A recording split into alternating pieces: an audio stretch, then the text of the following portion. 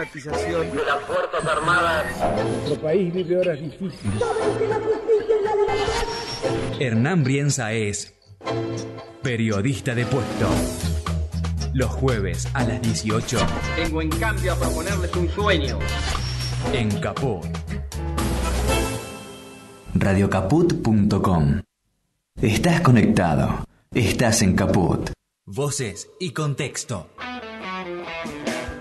Un programa expansivo. Voces y contexto. Todas las voces, todas, también la tuya. Ya va a amanecer y escucho rock and roll en la radio. Un programa que no te deja tranquilo.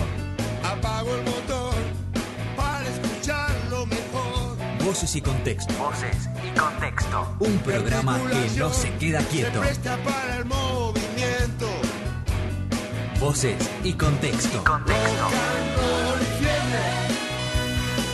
Van de la mano los dos. Rock and roll y fiebre. Van de la mano los dos. Voces y contexto. En Caput.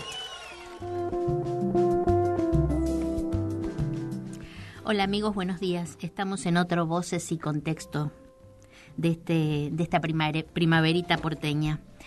Les comentamos que pueden escuchar el programa a través de la web de Radio Caput, que es radiocaput.com.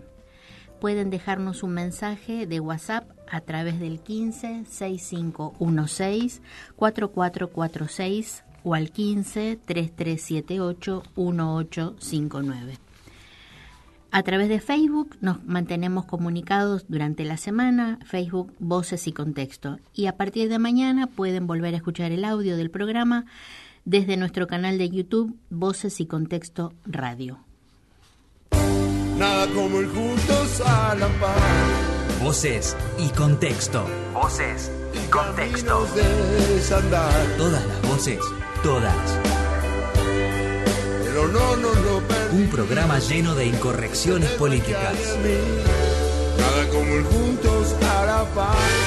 Voces y contexto. Hola Sandra, ¿cómo estás? Hola, ¿qué tal? Bien, Adri. ¿Vos? Bien, muy bien. Vos sabés que hoy tenemos una visita muy interesante y muy importante. Vamos a estar dentro de unos segundos conversando con el doctor Juan Carlos Tealdi, que es un especialista en bioética y derechos humanos y en salud pública. El doctor Tealdi es médico por la Universidad Nacional de La Plata y licenciado en Medicina y Cirugía por la Universidad de Salamanca. También cursó estudios en Historia y Filosofía de la Ciencia en España y se especializó en bioética en centros académicos de Estados Unidos y en visitas a diversos centros internacionales de bioética. También fue asesor de bioética en la Secretaría de Derechos Humanos de la Nación en otro tiempo. Voces y contexto. Voces y contexto. Todas las voces, todas. Un programa lleno de incomodidades políticas. Voces y contexto. Bueno, buenos días, Juan Carlos, ¿cómo estás? Hola, buenos días, Adriana. Muy bien, gracias por la invitación. Bueno, y gracias por aceptar la invitación. Tenemos muchos temas para hablar, ¿no es cierto? Sí, claro. Y temas que nos preocupan. Esto de la bioética y los derechos humanos, ¿cómo se inscribe desde tu perspectiva? Bueno, la bioética se ocupa de, como su palabra lo dice, problemas éticos en el campo de la medicina y las ciencias de la vida, sobre todo disparados por las nuevas tecnologías y los nuevos cambios en medicina que han tenido que ver con el cambio de la sociedad en cuanto a la autonomía, los derechos de las personas y demás, cuestión que puso reto al paternalismo tradicional en las profesiones de la salud, sí, por un lado. Por otro lado, el tema de los costos en salud y el desarrollo de nuevas tecnologías y la complejidad que fue adquiriendo. Y por otro lado, nuevos desarrollos científicos técnicos para los cuales ni la ley ni las normas que teníamos tenían nada para decir, desde reproducción asistida, sí, trasplantes de órganos, genética, etcétera. Entonces se configuró un campo que inicialmente nació asociado a los derechos humanos. De hecho, el Código de Nuremberg del 47, que condenó las investigaciones nazis, era como la piedra fundamental. La piedra, claro, basal. Pero con el correr del tiempo, la bioética que se configura en los años 70, de algún modo como una vertiente liberal para ir conduciendo estos desarrollos científicos técnicos y los conflictos entre los distintos grupos y en conflictos de costo y demás, con el tiempo, como pasó con otras cuestiones ligadas a la política y a la economía, sobre todo en los años 90, el desarrollo neoliberal ha ido haciendo o pidiéndole a la bioética que sea cada vez más condescendiente, digamos, con las corporaciones farmacéuticas, biotecnológicas, etcétera, que quieren hacer grandes negocios como otras corporaciones, la energética, los bancos, etcétera. Entonces, en definitiva, la vinculación entre bioética y derechos humanos, que nació, digamos, ligada a la investigación, cada vez es más necesaria, digamos, claro, ¿no? Porque cada vez, digamos, el neoliberalismo lo que está haciendo es desmantelando todo el sistema internacional de derechos humanos. Claro. Digamos, lo que se construyó como orden internacional después de la Segunda Guerra Mundial. Hace 2 días lo reafirmó Donald Trump. Sí, claro, ¿no? Pero es clarísimo. Es decir, hay que terminar un poco con todas las concesiones que se hicieron en aquel entonces al equilibrio que el bloque socialista frenaba un poco, digamos, el avance sin freno del orden liberal y obligaba a ciertas concesiones, negociaciones, etcétera. A partir del 89, con la caída del muro y del campo socialista, digamos, campo libre. Pareciera, sí, campo libre. Juan Carlos, también traemos este tema porque sabemos que el doctor Duhalde tuvo una participación importante en la redacción de un documento a nivel internacional con respecto a los derechos humanos y el acceso a la salud pública. Sí, efectivamente. Yo me acerqué a la Secretaría de Derechos Humanos preocupado por estos avances, digamos, a finales de los 90, que atacaban un documento clave para las investigaciones, que es la Declaración de Helsinki de la Asociación Médica Mundial, y que Estados Unidos quería acabar con ella y finalmente la abandonó en el 2004. Bueno, a finales de los 90, principios del 2000, había un fuerte debate en esto. Nosotros queríamos fortalecer y que las autoridades nacionales tomaran posición. El Senado nos acompañó en esto y demás. Y un compañero, Carlitos Heroles, que trabajaba en la Secretaría, dice, bueno, ¿por qué no hablamos con Duhalde, que era secretario? Y tal. Voy a hablar con él. Se interesó de inmediato, claro, la vio rápidamente, empezamos a trabajar juntos y se armó un consejo de ética y derechos humanos para las investigaciones. Inmediatamente, año 2004, la UNESCO estaba promoviendo un documento internacional sobre bioético para regular la bioética, en el cual, sobre todo Estados Unidos, estaba metiendo fuerte presión para que fuera un documento light que facilitara, digamos, el desarrollo científico-tecnológico en biotecnología, declarada como de interés nacional para Estados Unidos. Entonces, nosotros organizamos desde la Secretaría en el 2004, cuando estaba el tercer borrador, una primera reunión aquí, y con 10 países de la región, de América Latina, tomamos posición, criticamos fuertemente el documento al punto que el secretariado de UNESCO, que había venido en pleno a trabajar aquí, dijo en un momento, creemos que si esto sigue así, se cae la propuesta de tal, porque era una región entera tomando posición en contra. Duhalde en este sentido tuvo una intervención, no solo con el apoyo en general, político, digamos, pleno que dio, sino tuvo una intervención muy importante en la recepción del secretariado que vino, y en su discurso efectivamente le introdujo la necesidad de ligar la bioética a las cuestiones, al agua potable, a la indisolublemente ligado, ¿no? A la vivienda, etcétera. Claro. Y eso quedó plasmado en un artículo, Responsabilidad Social en Salud, que fue producto directo del discurso de Eduardo Duhalde. Claro. Y ahora nos encontramos en esta situación, y uno de los motivos por los cuales quisimos consultarte aquí desde Voces y Contexto es esta pérdida de estatus de Ministerio de Salud Pública. ¿Qué implica desde tu óptica? Porque creemos que es realmente muy grave y que la afectación es directa, ¿no?, a la calidad de la salud de la población. Sí, en algún modo nos sorprenden las políticas de este gobierno, y por otro lado, los que ya contamos años, no debiéramos sorprendernos. Es decir, ya nos pasó con el terrorismo de Estado. Nunca imaginamos que el golpe del 76 iba a ser lo que iba a ser, y que lo tenía totalmente planificado. Este gobierno no vino improvisado. No.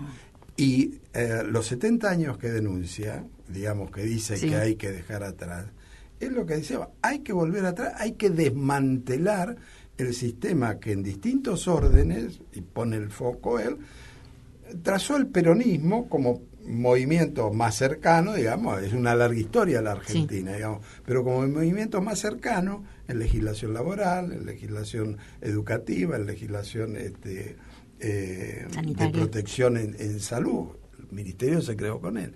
De manera que en ese sentido no debiera sorprendernos de una política deliberada de desmantelar la salud pública, la educación pública, que en definitiva, si uno lo mira en perspectiva de derechos humanos que recién mencionábamos, es el Pacto de Derechos Económicos, Sociales y Culturales.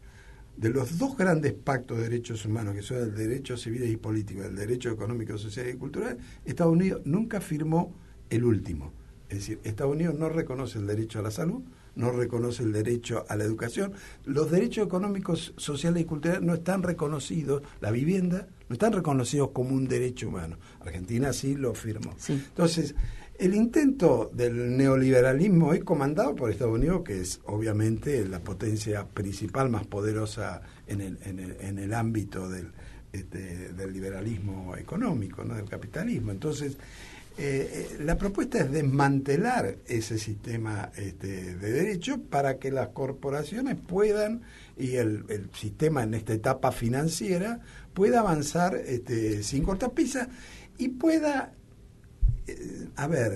seguir sacando, extrayendo, ¿no es cierto?,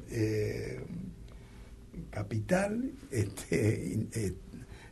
dinero, fondos, para ir concentrando cada vez más las desigualdades, ¿no?, las desigualdades entre ricos y pobres. Entonces, en este sentido yo creo que no debiera sorprendernos, y creo que cada uno de los pasos que se van dando en el terreno de la salud pública, previos y los posteriores, la concentración, el desmantelamiento de los hospitales públicos, la concentración de los 5 hospitales de la ciudad de Buenos Aires para un gran negocio inmobiliario, es decir, que también lo han propuesto hacer con el Clínica. El Clínica han propuesto hacerle un hospitalito, claro, ahí en la playa de estacionamiento, y quedarse con el gran edificio, claro, un gran negocio inmobiliario.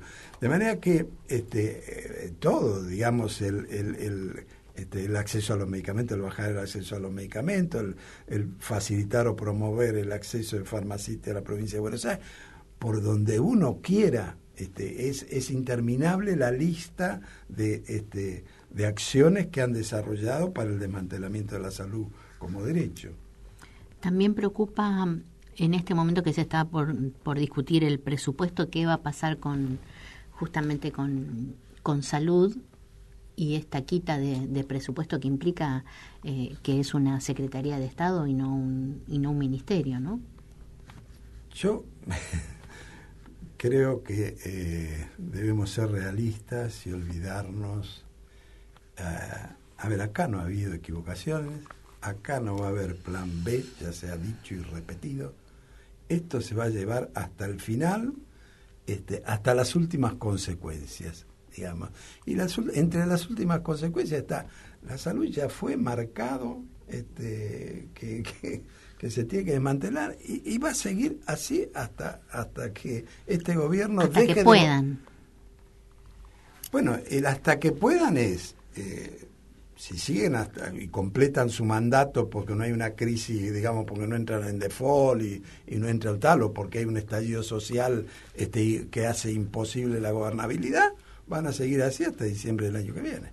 Es decir, no se puede esperar otra cosa.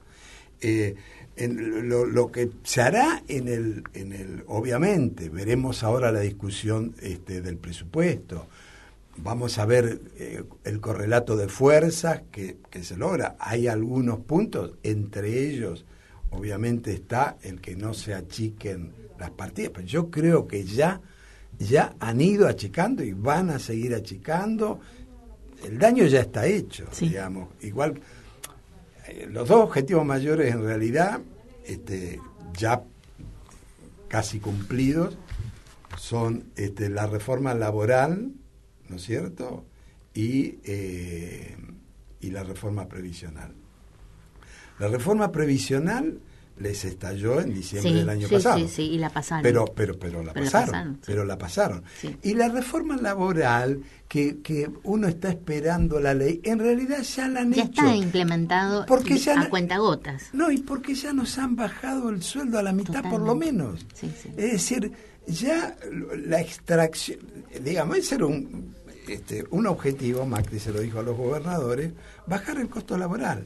Y el costo laboral hoy bajó, pero abruptamente. Totalmente, en la Argentina. Sí. Entonces, de algún modo ya han avanzado. Ahora, yo creo que lo que ha hecho este gobierno ha cometido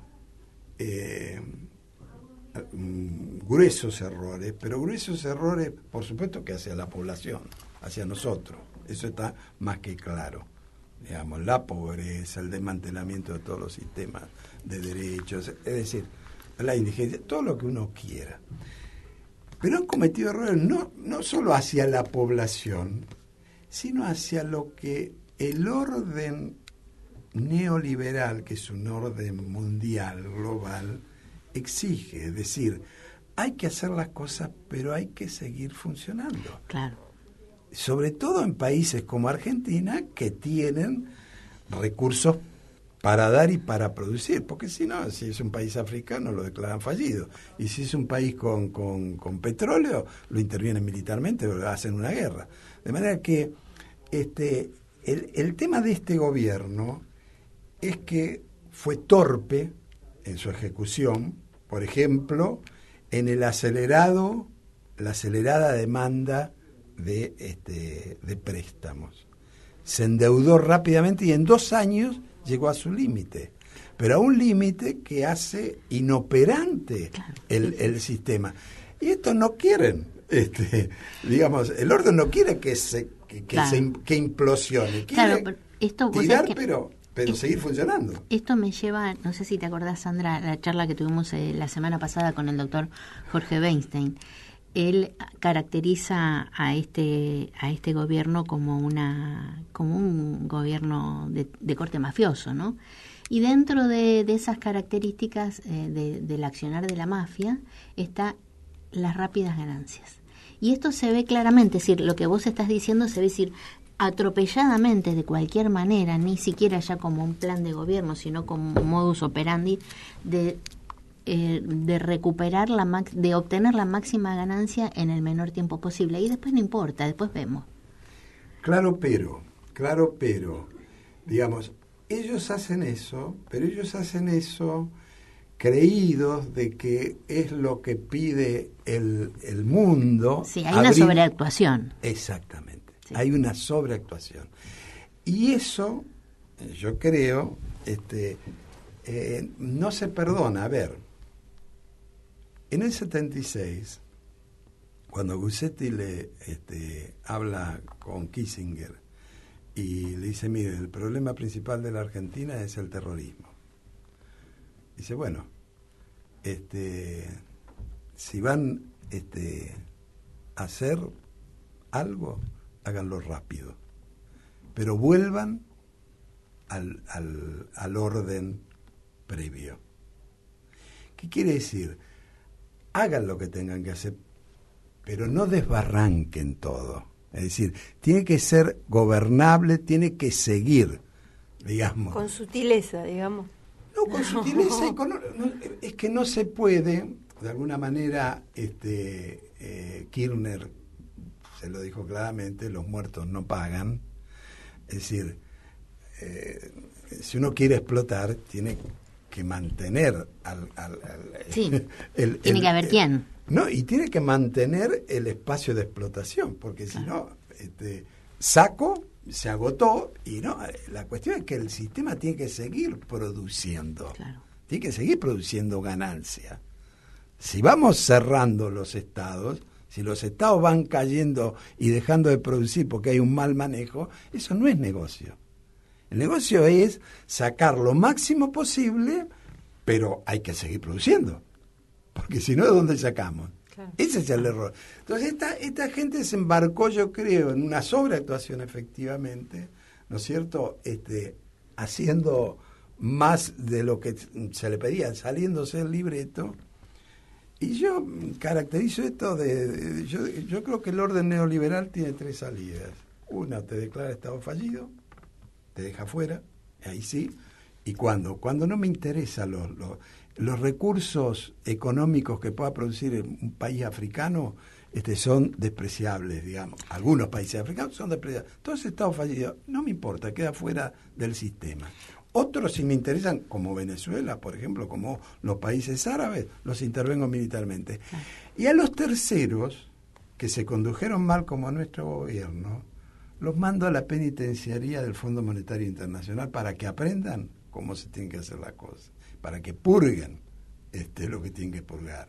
Entonces yo creo que esa es nuestra situación. Nuestra situación es la de un gobierno que se pasó, no ya con nosotros, que por supuesto, se pasó con los dueños de la cosa, del mundo, que son las grandes corporaciones, el gran orden. El Fondo Monetario nació en la posguerra como resguardo del orden que se armaba en la posguerra, que todavía era un orden, insisto, de un cierto equilibrio entre dos campos.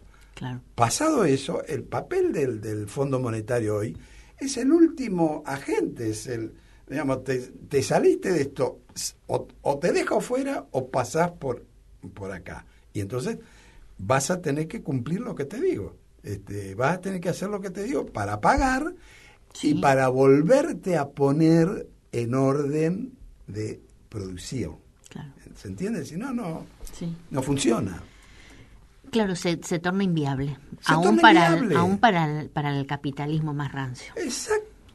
Se torna inviable para el orden. O sea, el orden el orden global pide que los Estados-nación ya no tienen poder, no tienen tal, pero tienen que seguir produciendo. Claro. No puede haber, insisto, ¿de dónde se sacan ganancias si los países dejan de producir? Claro. Eso no existe. De hecho, no puede funcionar así, solo con Europa, Estados Unidos y Japón, digamos, el mundo.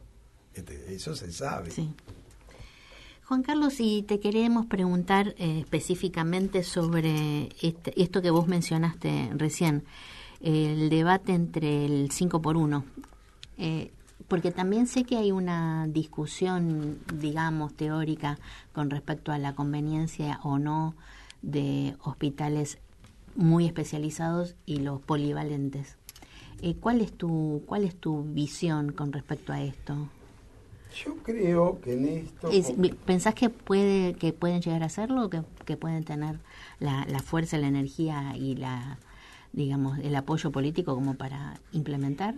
Bueno, Rodríguez Larreta ya sacó su mini decreto, digamos, para hacerlo, para ponerlo en marcha. Ahora, hasta dónde llegue o no, ¿Y lo pueden hacer por un decreto? Sí, bueno, en ese camino están. Ahora, yo creo que hay dos cosas. Se verá en el tiempo, porque también el contexto político hace que algunas cosas se caigan, digamos. O sea, y eso no podemos predecir cómo va a ser. Lo que sí uno ha visto reiteradamente es que,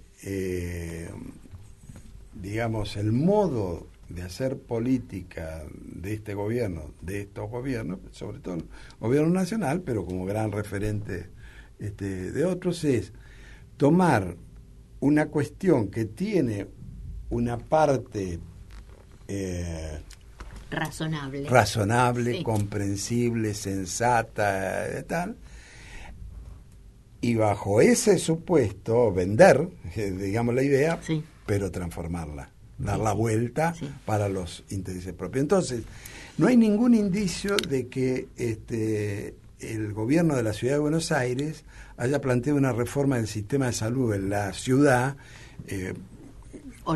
orgánico, pleno, que dirigido a mejorar la salud de la población y demás, en el cual se enmarcara unas ciertas modificaciones, que puede ser la del hospital público, como tantas otras que se puedan hacer. Esto no se ha visto.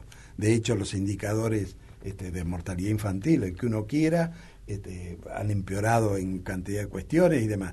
Entonces, en el acceso a medicamentos, en pila de cuestiones. Entonces, y de esto no se habla. Entonces, cuando uno no ve una voluntad política de realizar un verdadero cambio en salud, en ética hablamos mucho del fin. Nosotros tenemos que ver, nos tienen que mostrar primero cuál es el fin, qué es lo que buscas. Claro, te interrumpo, Juan Carlos. Nuestro programa se llama Voces y Contexto. Sí.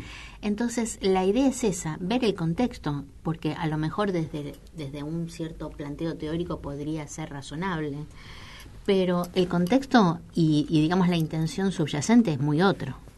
Sí, porque la realidad es lo que indica, es decir, claro, si un poco lo que pasa si uno tiene un modus operandi, bueno, lo van a buscar porque siempre repite el mismo modo de actuar, ¿no? En cuanto vean algún tipo de delito, van a ir a buscar a fulanito que sí, siempre trabaja de esta manera. Entonces, el modo operandi existe y da cuenta de uno, de cuál es la conducta, ¿no? De uno. En ética, por eso decía, tenemos el tema de los fines por un lado, es decir, y la ética ligada a la política directamente. Yo tengo que marcar qué es lo que me mueve a mí, por qué voy a hacer lo que voy a hacer. Eso es principal, es lo primero. Yo tengo que poner primero a las personas. Nosotros trabajamos todo el día en el hospital viendo problemas éticos y demás, y siempre estamos exigiendo el paciente primero. Poneme primero el paciente. Después hablamos de todo, el medicamento, la cirugía, la genética, el diagnóstico, lo que vos quieras. Siempre y cuando me demuestre que tu foco es el paciente. El foco es ese, el bienestar del paciente. Bajo eso discutimos lo que quiera. Pero ahora, si vos empezás al revés, no porque la última revista que dice, la revista tiene que servir al paciente, no el paciente a la revista. Claro. Son dos cosas distintas. Entonces, el fin moral, el fin ético desde toda la vida, de la filosofía, es lo principal y debe teñir a la justicia. Sócrates debe teñir a la política. Sócrates decía, debemos perseguir la justicia, digamos. El fin es la justicia. Mostrame que querés garantizar derechos, que querés hacer eso, y después, bueno, vamos a discutir el resto. Claro. Este es un. Y en cuanto al modus operandi que decía, es lo que en ética llamamos las virtudes, digamos. Uno en la repetición de conductas marca que es o virtuoso o vicioso. Y esto no lo puede. Uno puede decir yo soy honesto, pero si uno lo ve que reiteradamente miente, por más que diga que es honesto, la realidad indica que es un mentiroso. Claro. Entonces, y eso es un vicio, digamos, no es una virtud. No se puede alegar virtudes cuando uno tiene prácticas viciosas, ¿sí? Entonces, yo creo que al gobierno y a su intento hay que medirlo por esto, cuando uno ve y ve en la calle todos los días digamos los intereses inmobiliarios y de obras públicas puestas en juego, es decir, yo he visto la Plaza Jusay después de 6 años de vivir en la zona, un día picarla toda y hacerla, y a los 2 años picar la de nuevo y volverla a hacer. Ahí está el proyecto de hacer cines allí. Ya están avanzados en hacer restaurantes, un centro gastronómico. Qué horror. No sé si también meterán cine, pero es gastronómico el tema. Claro. No, ya están trabajando, tienen todo el pozo hecho, todo, ¿sí? A pleno. Bueno, ahora vamos a escuchar un tema musical. Bien. Y que me parece que nos va a gustar. Nos va a gustar acá a Victoria. Le va a encantar, ya lo sé, pues ya me lo dijo, y creo que nos va a gustar a todos. Bueno. Y después vamos a escuchar a Sandra, y después volvemos con Juan Carlos, y vamos a escuchar su opinión. Algo ya más o menos leí, pero quiero que los oyentes de Voces y Contexto tengan esta visión que tiene Juan Carlos acerca del tema del aborto. Así que bueno, vamos a La Colmena, Zapata se queda. Tacatacum, tapacum, tacatacum, tapacum, tacatacum, tapacum, tacatacum. Son las 3 de la mañana, dicen que pena un santito, bajito y oigo que dice, camínale despacito, ay mamá, camínale despacito. Mi sueño me dice no vayas, mis piernas me dicen tantito, y cuando ya me doy cuenta, caramba, me muevo poco a poquito, ay mamá, me muevo poco a poquito. Serás tú, Zapata, el que escucho aquí, con tu luz perpetua que en tus ojos vi. En mi mente se oye quien me dice así, en mi mente se oye quien me dice así. Por la sombra de la cena se escucha un disparo y cayó un gallo negro por la calle de Milagro.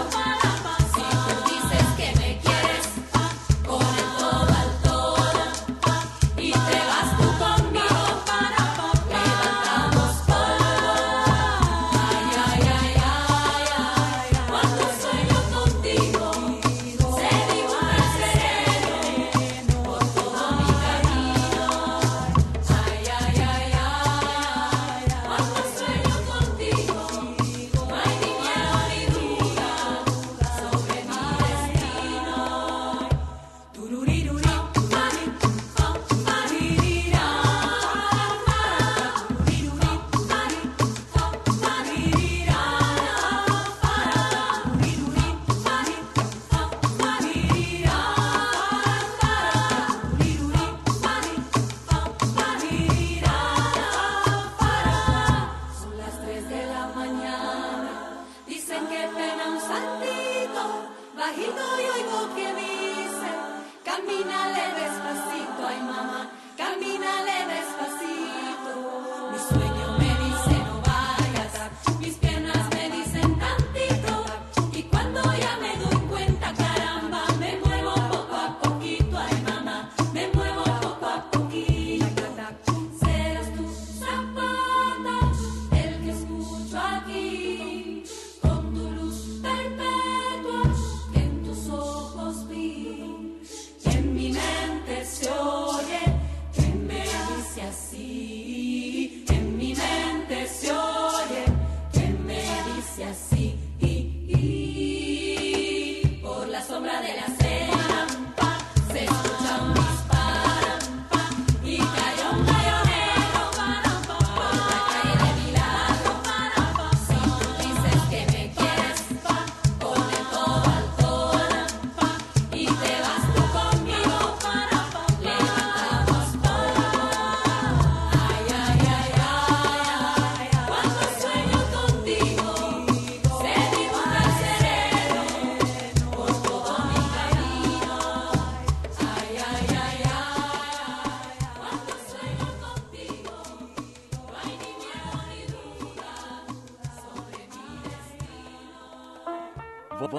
Voces y contexto. Voces y contexto. Todas las voces, todas. Los jueves a las 11. Para girar juntos en Capó.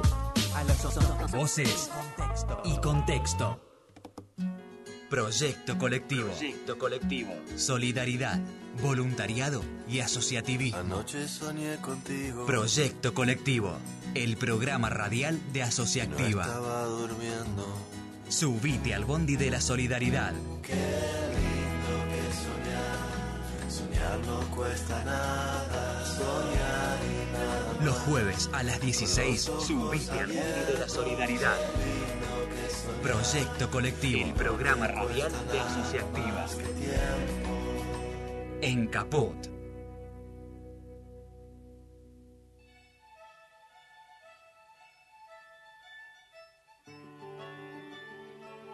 Ya llega Laura a las 12. El programa de Laura Donofrio. Radio Caput. Soy Osvaldo Bayer. Bueno, un saludo para la Radio Caput, radio de nombre increíble, roto, jodido, completamente aniquilado. Que haya puesto ese nombre, ¿no? Con mucha ironía, evidentemente. Bueno, les deseo el mejor de los progresos, les deseo el mejor de los futuros, pero que nunca estén caput. Gracias.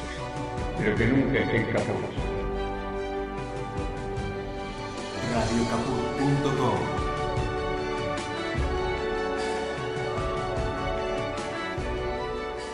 Pero que nunca estén caput.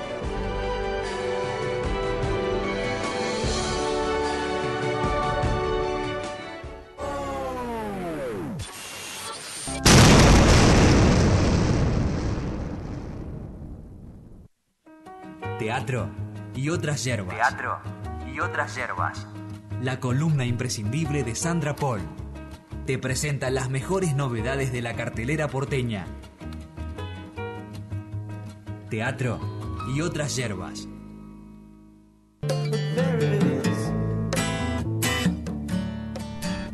¿A dónde vamos, Sandra, el fin de semana? Bueno, el fin de semana pueden ir a ver 10K solo para runners. Ah, sí. Es una... ¿Vos alguna vez se preguntaron qué piensan los runners cuando van corriendo? Sí.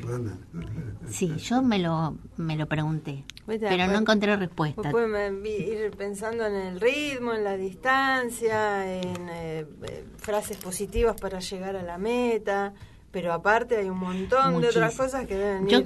Yo tengo un conocido que hacía filosofía casera mientras corría. ¿Ah, sí? Sí. Mira vos. Bueno, este es el caso de este corredor. Es un monólogo escrito por Esteban Mizrahi, el filósofo, que bueno, es una suerte de catarsis, ¿no? Y habla runners mientras va corriendo, haciendo el ejercicio.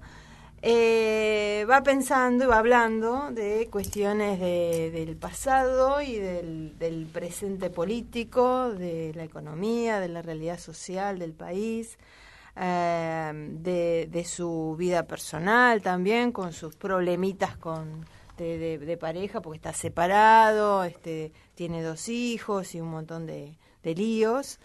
Y bueno, y él va ahí desafiante, ¿no? Como queriendo enfrentar el futuro.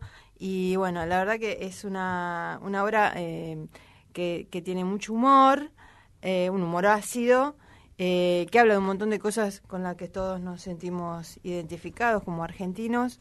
Y bueno, y lo interpreta Emiliano Díaz, que bueno, es un muy buen trabajo porque justamente hay que hacer mientras hay mucho trabajo corporal al mismo tiempo que va hablando, así que yo creo que es como un paralelismo entre la resistencia física y la mental, ¿no? Es que una obra saludable. Digamos, sí. Y bueno, la dirección es de Germán Rodríguez. No hay escenografía, pero sí se va armando como una especie de escenografía virtual, que eso ya lo van a ver de qué se trata. Así que, bueno, es muy interesante la obra y está muy bien actuada por Emiliano. Así que pueden ir a Sigue la Polilla, que está en Castro Barros 874, los sábados a las 21 horas. Bueno, esa es una de las obras. Y la otra que recomiendo también tiene a Emiliano Díaz como protagonista junto a Soledad Piacenza, que esta nada que ver con la otra obra. Es Enamorarse es hablar corto y enredado. El tema es el amor. Así que son dos personajes que están sentados en una plaza. Ella es una chica de ciudad que se siente fea o la hacen sentir fea. Él es un gaucho, digamos, un muchacho así campechano, ¿no? Que está tomando mate y mirando a sus hijos, es viudo. Mirando a sus hijos que están ahí en la plaza. Y bueno, se empieza a generar a partir de una mariposa que revolotea, empiezan a charlar. Victoria quiere ir a verla. Ah, sí, bueno, Victoria es divina, la hora. Además, te vas a salir con ganas de enamorar. Si estás enamorada, más enamorada todavía. Bueno, y la verdad que las actuaciones son excelentes, te matás de risa porque hay muchísimo humor, mucha ternura. También hay un planteo escenográfico muy particular que no lo voy a contar. Y bueno, es una obra que está escrita y dirigida por Leandro Airaldo, que ganó hace poco el premio Trinidad Guevara como revelación masculina en dramaturgia y dirección. Tiene premio también de Argentores, la obra, bueno. Y está en el Camarín de las Musas, en Mario Bravo 960, los domingos a las 20 horas. Así que aprovechen para ir a verla porque, primero, como los actores son excelentes, realmente las interpretaciones en esta de Enamorarse es hablar corto y enredado, hace una personificación, una caracterización muy buena, Emiliano, de ese gaucho. Y la chica Soledad Piacenza también, unos tonos, unas voces que no sé de dónde las saca, pero bueno, súper recomendadas. Así que bueno, estas son mis dos. Bueno, yo les pido por favor a los oyentes de Voces y Contexto que tomen muy en serio las recomendaciones de Sandra. Entren a Teatro y Otras Yerbas.blogspot.com, que ahí tienen todas las críticas y los horarios, todo el detalle de las obras que yo voy contando acá. Muy bien. Bueno. Gracias. De nada.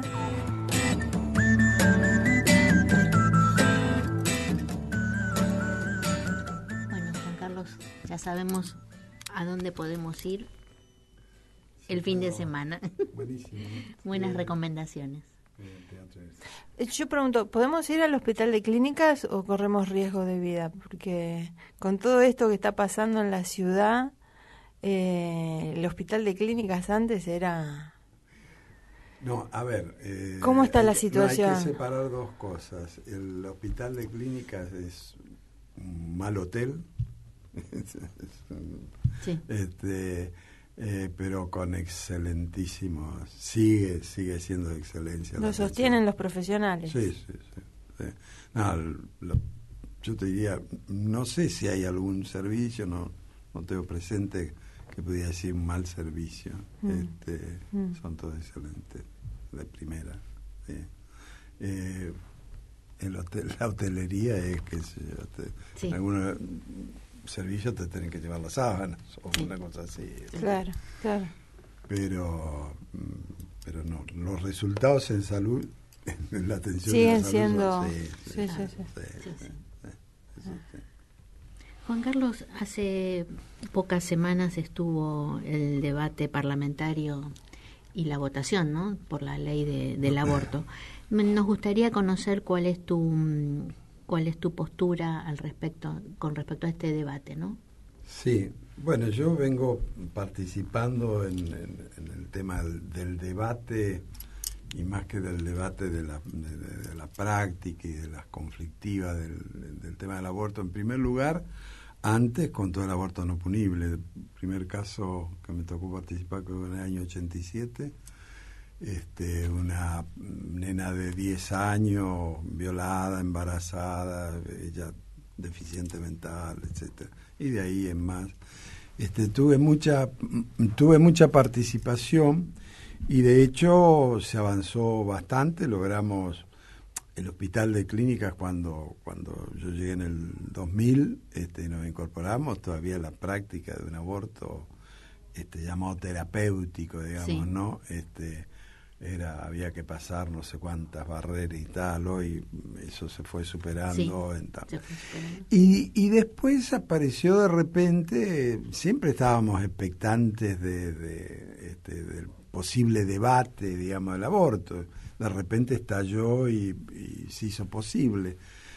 Yo ya había participado antes en el Instituto Interamericano de Derechos Humanos en Costa Rica, en un encuentro con una ponencia sobre el tema, he escrito sobre la cuestión, sí. Y después en otras ocasiones y demás. Y ahora, el día que se votaba, bueno, estaba participando ahí también en una de las mesas que tenían organizada la campaña y, participé, colaboré, publiqué en El Cohete a la Luna, un blog, tres notas sobre el tema del aborto. Discutir, tratando de salir de la favor o en contra, ¿no? Claro, de fundamentar. Porque en realidad, está bien, está el debate, quién está a favor, quién es en contra y toda la disputa social, digamos, que se arma y toda la... Ahora, de última es un debate como lo fue que tuvimos, es un debate jurídico, digamos, legislativo. Hay que discutir una ley sí o no y por qué sí o por qué no, digamos, lo que tenemos en discusión es eso, ¿no? Es si yo estoy a favor y el otro en contra, o si lo que estamos discutiendo es se puede legislar, se debe legislar, qué hay que legislar en torno al aborto, frente a una realidad que también, digamos, las leyes surgen y el derecho surge para dar respuesta a realidades sociales, y la realidad de la interrupción del embarazo, más allá de favor o en contra, es una realidad sanitaria que está generando morbilidad, enfermedades, daños y muerte a una cantidad de mujeres, digamos. Las mujeres abortan, haya ley o no haya ley, y lo van a seguir haciendo, digamos. Y esto, querer obviar esto, querer tapar o frenar esto, o negarlo, no sé, como no decir nada porque no sé qué. Entonces, eso en primer lugar. Y el tema después es cuando empezamos a debatir la ley que ponemos en debate, ¿no? Y el derecho a la vida, reclaman los que están en contra de la legislación. Bueno, el derecho a la vida, en primer lugar, y lo absolutizan, este es el problema, porque el derecho a la vida es un derecho, el derecho a la vida del embrión o el feto el derecho a la vida de la mujer es otro, pero ni siquiera ahí también chocan, por ejemplo, cuando está en riesgo la vida de la mujer. Sí. También chocan el derecho a la vida de uno y otro, pero chocan lo que está en juego y hay que legislar. Bueno, la mujer tiene un derecho a trazar su proyecto de vida, a trazar cuántos hijos o cuándo quiere tener hijos o no querer tener hijos. Y el quedar embarazada no es una cosa que la que no quiere quedar embarazada no queda y la que quiere queda. No, el mundo no funciona así. No, la biología tampoco funciona. No, pero no funciona así ni con los anticonceptivos. Está bien, podemos reducir el número de embarazos no deseados, pero no los vamos a poder evitar absolutamente. ¿No es cierto? Podemos reducir el número de embarazos no deseados y con eso de interrupciones de los embarazos no deseados. Eso podemos hacer. Pero no podemos evitar. El sexo no es una cuestión que se pueda controlar, ni tampoco tenemos anticonceptivos 100% eficaces. Entonces, y la mujer... también está el tema social del acceso a los anticonceptivos, a la educación sexual, bueno, todo estos eso, temas pero de fondo yo creo, a ver, quien marca la ley es el Estado. Y si el Estado prohíbe algo es porque cree que tiene interés, ¿no es cierto?, un interés muy fuerte en preservar algo, y eso lo hace extensivo a todo el mundo y frena y no permite, etcétera. Ahora, el interés es la protección del Estado, la protección de la vida del embrión y el feto. Pero hay en juego otro derecho que el Estado tiene que proteger, que es el derecho al proyecto de vida de la mujer, claro, a planificar su familia o la familia que quiere tal. Entonces, hay que sopesar todo esto. Una medida, digamos, esta, al no aprobarlo, es como yo le quito a la mujer todo derecho a su proyecto de vida en favor de la protección de la vida del embrión y el feto. Pero esto es, está bien, esto es lo que pasa y lo que hacen algunos países como el nuestro, pero esto ya es insostenible, digamos. Claro, además que a mí me pareció cuando escuchaba los debates que se pone en debate algo que es una cuestión metafísica, porque no está definido cuándo comienza realmente la vida. Yo he leído que vos haces como una distinción entre el primer trimestre y el último trimestre, sí, del embarazo, ¿no? Y me parece que eso es también muy, muy interesante. Sí, yo lo que creo, a ver, ya como postura, yo creo primero que el Estado efectivamente tiene interés en proteger la vida del embrión, del feto, pasado la etapa de embrión, pero que tiene un interés que es creciente a medida que el feto se aproxima a la viabilidad para la vida. Claro. Digamos, si estamos en el 7º mes, ya los pulmones maduros, el corazón maduro, el cerebro todavía tiene para desarrollarse, pero digamos, puede nacer y vivir, digamos.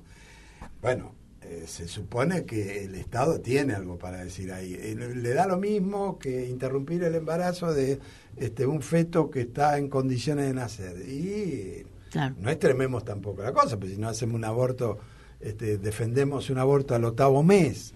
Aunque pueda nacer, lo interrumpo. Y aunque no haya hecho nada antes, parece excesivo, digamos, sí, que el Estado se abstenga en esto. Ahora, hay otro interés que es el de la mujer, claro, digamos. Entonces, yo creo que el Estado también tiene obligación de respetar el interés de la mujer. Hay dos intereses fuertes en juego. Y en tercer lugar hay un tercer actor, que son los profesionales de la salud, los sí, médicos, que cuando hay un conflicto, ese conflicto tiene cuestiones de salud, vida o muerte. La mujer puede morir si sigue con el embarazo, en varios casos, etcétera. O el feto es un feto anencéfalo que es inviable para la vida, entonces desde la medicina interrumpir o no el embarazo no tiene la relevancia que puede tener interrumpir el embarazo un feto que puede nacer. Entonces, yo creo que eso hay que equilibrar, como se ha hecho en otros países, y en la medida en que el embrión no tiene todavía un desarrollo en cantidad de cuestiones, sí, al principio, ¿no es cierto? Y que la mujer tiene presente su interés y yo creo que ahí lo que se ha hecho es privilegiar el derecho de la mujer al principio del embarazo. Podemos llevar a 12, 14 semanas. Sí. Privilegiar eso sobre la protección del Estado sobre la vida del embrión. En el segundo trimestre, seguir protegiendo hasta donde se puede. La protección de la vida pasa también por garantizarle a la mujer, si decide seguir adelante con el embarazo, que pueda seguir con un embarazo saludable. Claro. O sea, no es solo protegerlo en el aire, digamos, ¿no? Entonces, en el segundo trimestre es ver también los profesionales de la salud que dicen para el desarrollo del embrión del feto y la vida de la mujer. Porque mientras tanto el tiempo va pasando. Mientras tanto el tiempo va pasando, claro. El tiempo, las semanas pasan. Por eso es un proceso, esa idea absoluta de la vida, aún concediendo, es vida humana, pero sí, pero es vida humana, pero eso no significa que porque sea vida humana es intocable. Esto ya se ha dicho en todos lados, sí, o sea... Además sí. Perdón, no. Que me estaba acordando del tema de los embriones en la inseminación artificial, ¿no? Sí. Que también ahí quedan en el limbo, tubito y quedan ahí en ese y con eso no hay problema. Pero yo creo que hay que escapar a eso, ese intento de discutir además hay una cuestión, hay un conflicto. Hay un conflicto de intereses y de derechos. No podemos absolutizar al embrión. ¿Y qué pasa además? Hay que aceptar que hay decisiones que la gente puede tomar que no nos gusten, que no sean ideales, que sean hasta, si se quiere, trágicas, pero el punto es quién toma esa decisión. Claro.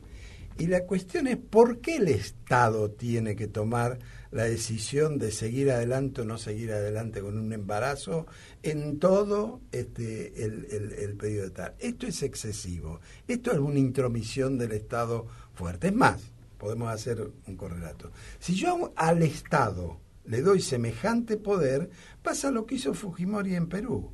Claro, que es porque el poder, cuando si yo le doy, se creen que el poder que se le da al Estado es gratuito. Cuando le doy el poder para una cosa, le estoy habilitando en eso, estoy diciendo, usted está habilitado. Bueno, usted está habilitado para proteger, usted está habilitado para quitar, que es lo que hacían, qué sé yo, en China, por ejemplo. ¿Y qué hacía Fujimori en esterilizaba, Perú? Esterilizaba a las pobres, las mujeres pobres.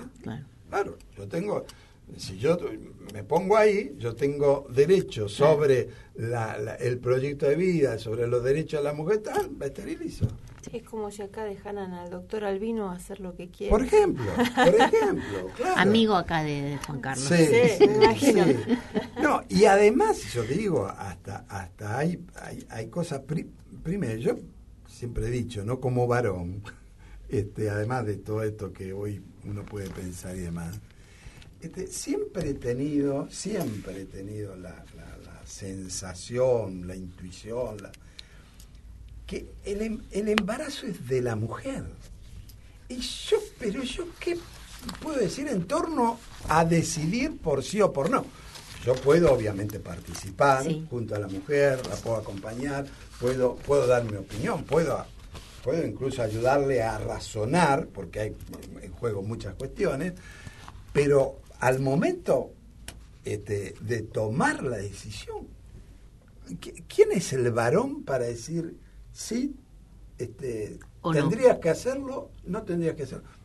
Nos tenemos que callar, porque el embarazo, además, cosa que no, más allá de la vida y tal, ese absurdo de tal, es una vida en una situación totalmente singular. No existe otra situación de la biología con la singularidad que tiene el embarazo. Es decir, son dos vidas, no es una vida. Y es más, el desarrollo del embrión depende absolutamente de la mujer. Están interrelacionados. Entonces, en esa interrelación, ¿quién es el Estado para meter? No es que los pueda cortar y separar. Una cosa y la otra es... Para terminar, yo a veces saco el ejemplo de los siameses, para ver lo ridículo que es a veces apelar a determinados supuestos de derechos. Los siameses son personas que viven fundidos, dos cuerpos fundidos, pueden tener los torsos y tal, y viven hasta muy adelantados, y han tenido relaciones sexuales, y han tenido hijos. Bueno, la cuestión es que yo siempre digo, a ver, si un siamés, ¿no es cierto?, mata a una persona, daña a una persona, ¿qué pena le aplicamos? Lo metemos preso. Lo metemos preso a los dos. Claro, se lleva al otro con él. Se lleva al otro. Lo privamos de libertad también al que no dañó. Entonces, quiero decir esto para ver cómo se cae el sistema jurídico. Sí. Entonces, creer que al siamés... Qué buena creer que al siamés le vamos a aplicar el orden jurídico existente es un ente, es un ser, la mujer embarazada es un ente, un ser, digamos, totalmente singular, totalmente distinto. El derecho no puede legislar como si el embrión y el feto estuvieran separados de la mujer. Así es. Bueno. Se cumplió el plazo. Sí. Terminó Voces y Contexto de hoy. No se cumple. Sí. Deuda que no se pague. Bueno, eso lo vamos a discutir, no estoy tan convencida. Y vamos a ver, el año que viene volvemos a charlar, Juan Carlos. Bueno, amigos, gracias, Sandra, por tus recomendaciones. Gracias a Victoria. Gracias, por supuesto, muchas gracias al doctor Tealdi. Y a los oyentes de Voces y Contexto. Nos volvemos a escuchar la semana que viene, el jueves.